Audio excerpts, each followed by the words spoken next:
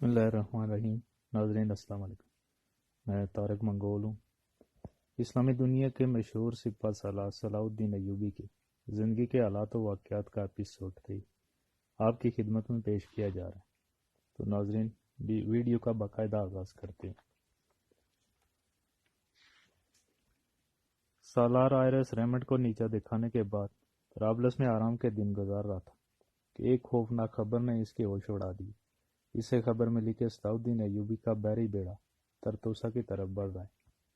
ترتوسا francs کا مرکز تھا۔ اسے نقصان پہنچنے کا مطلب فرینکس کی بربادی تھا۔ اس نے 10,000 کا لشکر ساتھ لیا اور ترتوسا پہنچ گیا۔ صلاح الدین اپنے ساتھ 1,000 سے زیادہ تیر انداز لایا تھا، جنہوں نے بڑی تعداد میں عیسائیوں کے گھوڑوں کو ہلاک یا زخمی کر دیا تھا۔ دیکھتے ہی دیکھتے میدان جنگ کا نقشہ بدل گیا۔ سالار آئرس زخمی ہو کر گرفتار ہو گیا۔ سالار آئرس کی گرفتاری ایک ایسا کارنامہ تھا جس نے عیسائی دنیا کو اپنے بال نوچنے پر مجبور کر دیا تھا۔ صلاح الدین اب ایسی پوزیشن میں تھا کہ تمام عیسائیوں کو گھٹنے ٹیکنے پر مجبور کر دے۔ آرمینیا، طرابلس اور یروشلم کے سفیر ترتوسا پہنچے اور آئرس کی رہائی کے لیے مذاکرات کا آغاز ہو گیا۔ صلاح الدین نے شرط رکھ دی کہ تمام عیسائی ریاستیں مل کر سالار آئرس کے فدیے اور تاوان جنگ کے طور پر 30 لاکھ دینار ادا کریں گی۔ صلاح الدین کے مطالبات مان لیے گئے۔ آرمینیا، طرابلس، الجزیرہ، موصل، حلب اور یروشلم کے حکمران سمسات کے مقام پر جمع ہوئے، یہاں انہیں صلاح الدین کے ساتھ مذاکرات کر کے ایک نیا سلو نامہ تیار کرنا تھا۔ صلاح الدین ایوبی کی یہ بڑی کامیابی تھی۔ عیسائیوں کے تمام اہم مراکز کے حکمران صلاح الدین کے سامنے شرمندگی کا توق گلے میں ڈالے حاضر تھے۔ طویل مذاکرات ہوتے رہے، تلخ و ترش باتوں کا تبادلہ بھی ہوا۔ سب سے اہم بات یہ ہے کہ ریمبرڈ نے صلاح الدین سے معافی مانگی تھی۔ اس کا معذرت نامہ پڑھ کر سنایا گیا۔ صلاح الدین ترتوسا واپس پہنچا۔ چند روز بعد شاہ آرمینیا 30 لاکھ دینار لے کر پہنچ گیا۔ اس کے وزارت کی رہائی عمل میں آئی۔ اس رہائی کے کچھ دن بعد ہی اس کا انتقال ہو گیا اور اس کی جگہ ڈوڈی فرینکس کا نیا سپہ سالار بنا۔ اب دیگر جنگوں میں یہی ڈوڈی صلاح الدین کے مقابل آنے والا تھا۔ آئرس کی وفات صلاح الدین کے لیے خوشی کا باعث ضرور تھی، لیکن ہر خوشی کے پیچھے ایک غم بھی چھپا ہوتا ہے۔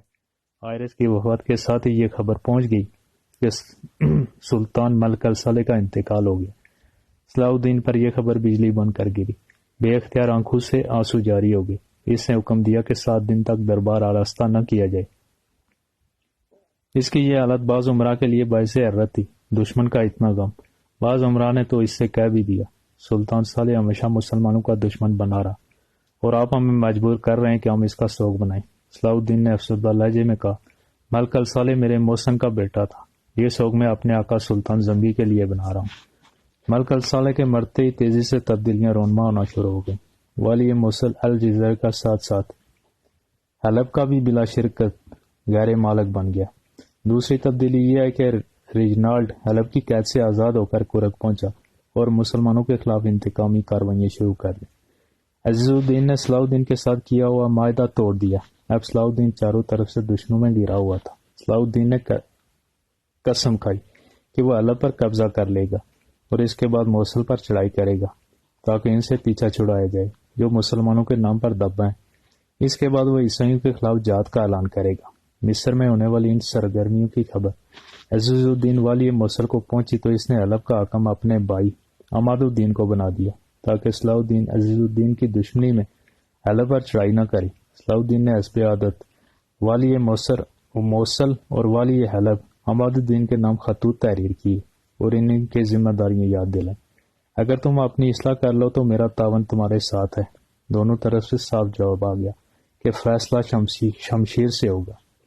عماد الدین نے یہ دھمکی دے ضرور دی تھی، لیکن صلاح الدین سے اتنا خوفزدہ ہوا کہ بھیک مانگنے آرمینیا پہنچ گیا اور شاہ آرمینیا سے مدد کا طالب ہوا۔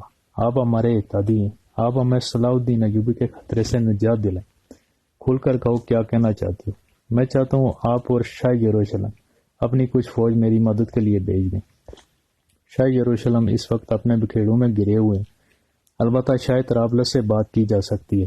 عماد الدین اس پر بھی تیار ہو گیا۔ اس ملاقات کے بعد عیسائیوں میں ایک نئی سیاست کا آغاز شروع ہو گیا۔ شاہ طرابلس نے آرمینیا کا خفیہ دورہ کیا۔ فرینکس کا نیا سالار ڈوڈی بھی اس کے ساتھ تھا۔ سالار ڈوڈی نے اس مدد کے سلسلے میں دمشق اور شام کے کچھ علاقے طلب کی اور حیرت انگیز طور پر عماد الدین نے یہ شرط قبول کر لی، حالانکہ ان علاقوں میں عیسائیوں کی موجودگی سے خود حلب کو خطرہ تھا۔ والی مصر صلاح الدین ایوبی حلب کی جانب بڑھ رہا تھا۔ حلب تک پہنچنے کے لیے مضبوط قلعہ عمائد حائل تھا۔ صلاح الدین نے اس کا محاصرہ کر لیا۔ یہ خبر عماد الدین کے لیے پریشان کن تھی۔ اگر صلاح الدین قلعہ عمائد فتح کر لیتا ہے تو حلب کتنی دور ہے۔ اس نے اپنے ارکار دمشق کی طرف دوڑا دی۔ یہاں اس وقت سالار ڈوڈی اپنے ساتھیوں کے ساتھ دمشق کے نوائی علاقوں میں موجود تھا۔ عماد الدین مطمئن تھا کہ ڈوڈی کے آتے ہی صلاح الدین سے نمٹ لے گا، لیکن عماد الدین کے ارکار خالیات واپس آ گئے۔ ڈوڈی نے معذرت کر لی تھی۔ وہ اس امید پر تھا کہ صلاح الدین اگر حلب میں الجھا رہا تو دمشق اس کی مٹھی میں ہے۔ ڈوڈی کی طرف سے یہ صاف جواب مل جانے کے بعد عماد الدین پر گھبراہٹ طاری ہو گئی۔ اس کے عیاش عمرہ میں اتنی ہمت نہیں تھی کہ میدان جنگ میں جا کر اپنا خون بہاتے۔ عماد الدین چیخ چیخ کر اپنے عمرہ کی غیرت کو للکار رہا تھا، لیکن یہ خاطر کسی نہ کسی بہانے اسے مطمئن کر دیتے تھے۔ قلعہ عمائد کے اندر سخت مایوسی پھیلی ہوئی تھی۔ قلعے کی محافظ فوج میں اتنی سکت نہیں تھی کہ مقابلے کے لیے باہر نکلتی، اور عماد الدین کی طرف سے کوئی جواب آ نہیں رہا تھا۔ بالآخر حاکم قلعہ نہایت مایوسی کے عالم میں گھوڑے پر سوار قلعے سے باہر نکلا۔ مجھے صلاح الدین ایوبی کے پاس لے چلو، اپنی تلوار ہمیں دو اور گھوڑے سے اتر جاؤ۔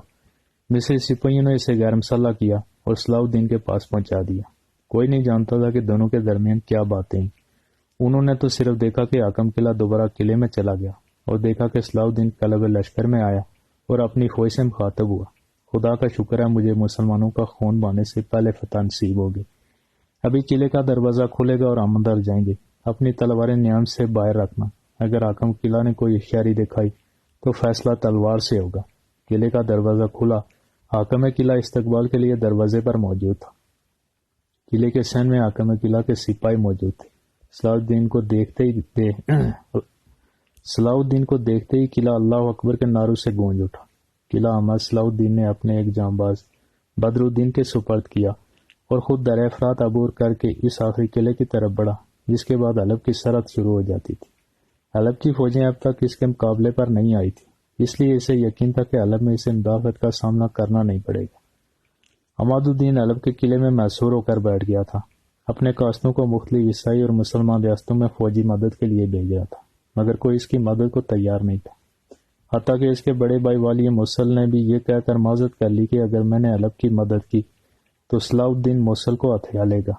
قلعہ خطاب کے حکمران نے صلاح الدین کو دیکھتے ہی ہتھیار ڈال دیے۔